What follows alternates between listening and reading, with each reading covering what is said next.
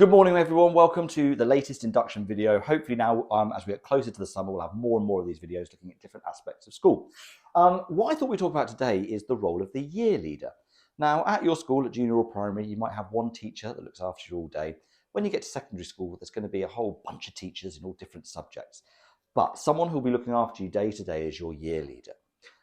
So I've got my friend, Mr. Titchband, who is currently year leader for year 8. He's going to talk to you a little bit about his role and some of his experiences. Hi, I'm Mr. Titchband. I am, as Sir kindly introduced me, the head of year or the year leader of year 8. And yeah, we have loads and loads of different things we do as year leaders at Embrook. So, like Sir mentioned, we kind of look after the whole year group as a whole. We'll be consistent in terms of your school life all the way through from, when you start to all the way through to the end of year 11. I've been fortunate enough to do that journey once with my first year group, and it was, quite a learning experience for me and very enjoyable. And I got to know the students really, really well. And it's also really nice, seeing them in the local community, be it at the weekend or whenever, and bumping into people and, still catching up with them. So we have obviously a huge role to play in terms of how you are in school, how you're getting on with teachers, how you're getting on with other students. And we kind of are that person that you can always sort of depend on and rely on to kind of, be there and do what's best and what's right for you as a student at the school. Perfect. What do you think these students currently in year 6 are going to be worried about?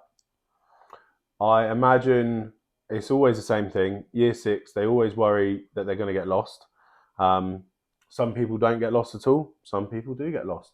But the one thing I will say is you don't have to worry about that, because if you're ever unsure of where you're meant to be, there's always staff on hand and even other students, that are always willing to help the year 6s get to where they're supposed to be. So it's not something that you need to kind of lose sleep over. You will be fine. I guarantee you that. And from your experience, is there anything that they should start thinking about?